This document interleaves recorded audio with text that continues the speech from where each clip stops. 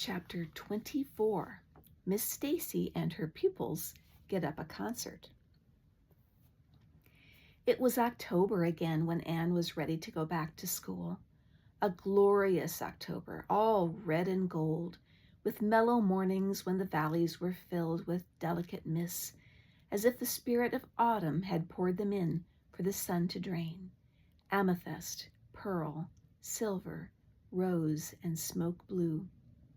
The dews were so heavy that the fields glistened like cloth of silver, and there were such heaps of rustling leaves in the hollows of many-stemmed woods to run crisply through. The birch path was a canopy of yellow, and the ferns were sere and brown all along it. There was a tang in the very air that inspired the hearts of small maidens tripping, unlike snails, swiftly and willingly to school, and it was jolly to be back again at the little brown desk beside Diana, with Ruby Gillis nodding across the aisle, and Carrie Sloane sending up notes, and Julia Bell passing a chew of gum down from the back seat. Anne drew a long breath of happiness as she sharpened her pencil and arranged her picture cards in her desk. Life was certainly very interesting. In the new teacher, she found another true and helpful friend. Miss Stacy was a bright, sympathetic young woman with the happy gift of winning and holding the affections of her pupils and bringing out the best that was in them, mentally and morally. Anne expanded like a flower under this wholesome influence and carried home to the admiring Matthew and the critical Marilla glowing accounts of schoolwork and aims. "I love Miss Stacy with my whole heart, Marilla. She is so ladylike, and she has such a sweet voice. When she pronounces my name, I feel instinctively that she's spelling it with an E.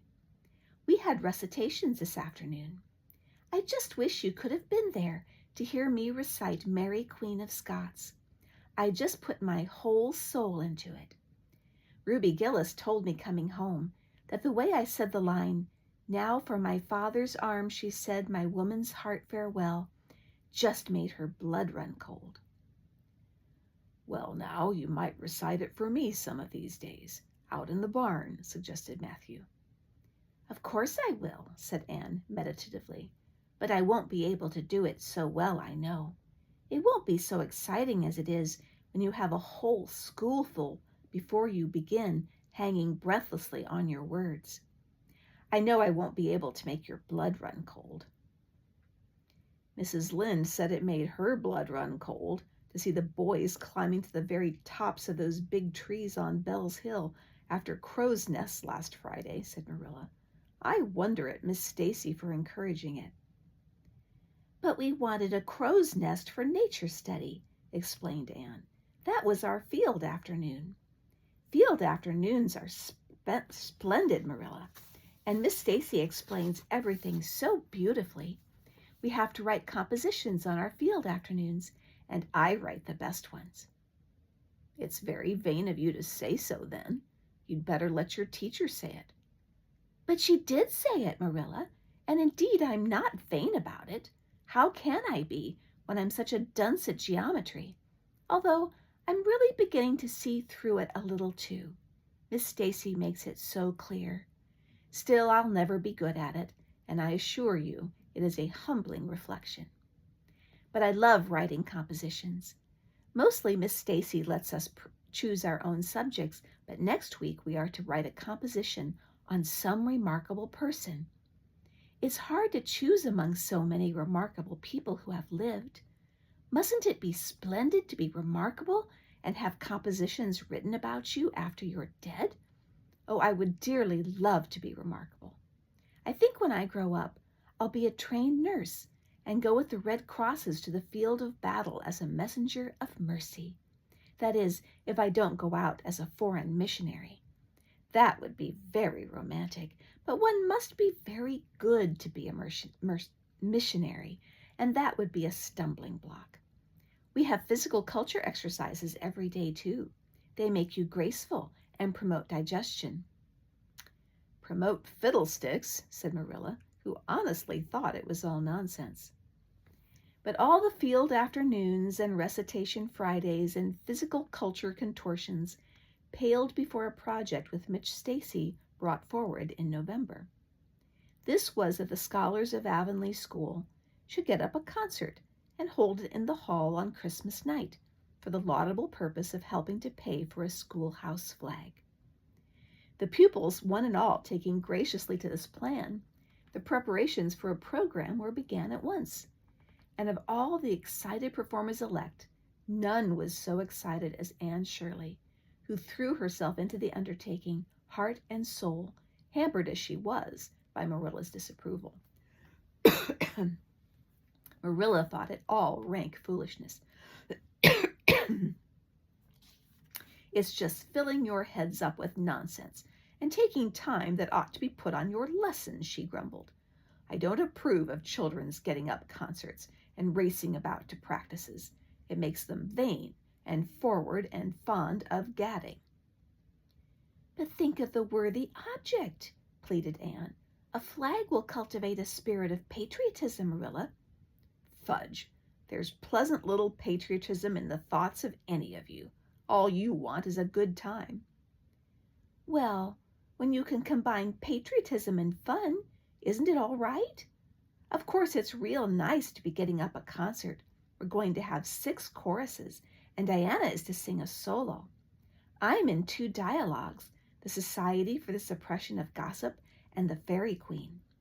The boys are going to have a dialogue too, and I'm to have 2 recitations, Marilla. I just tremble when I think of it, but it's a nice, thrilly kind of tremble. And we're to have a tableau at the last, Faith, Hope, and Charity. Diana and Ruby and I are to be in it, all draped in white with flowing hair. I'm to be Hope, with my hands clasped, so, and my eyes uplifted. I'm going to practice my recitations in the garret. Don't be alarmed if you hear me groaning.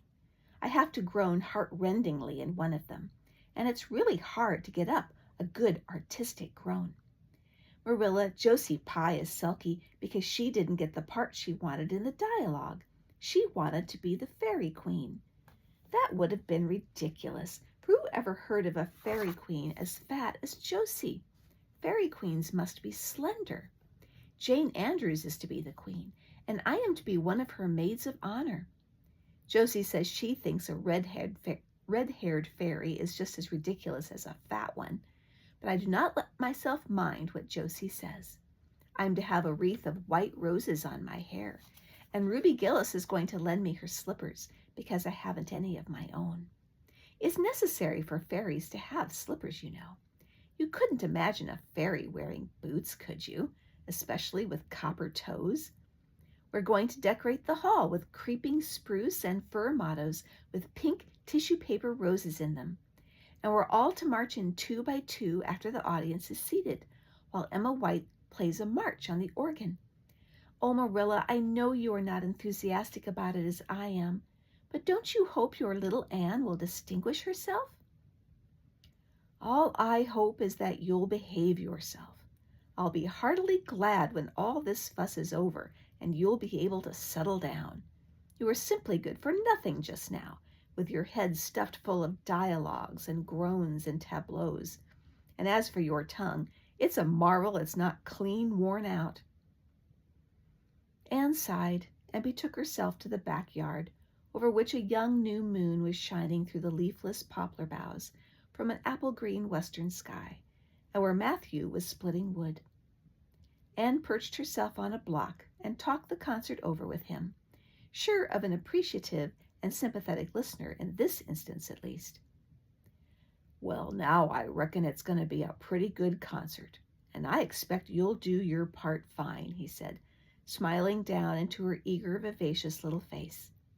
Anne smiled back at him.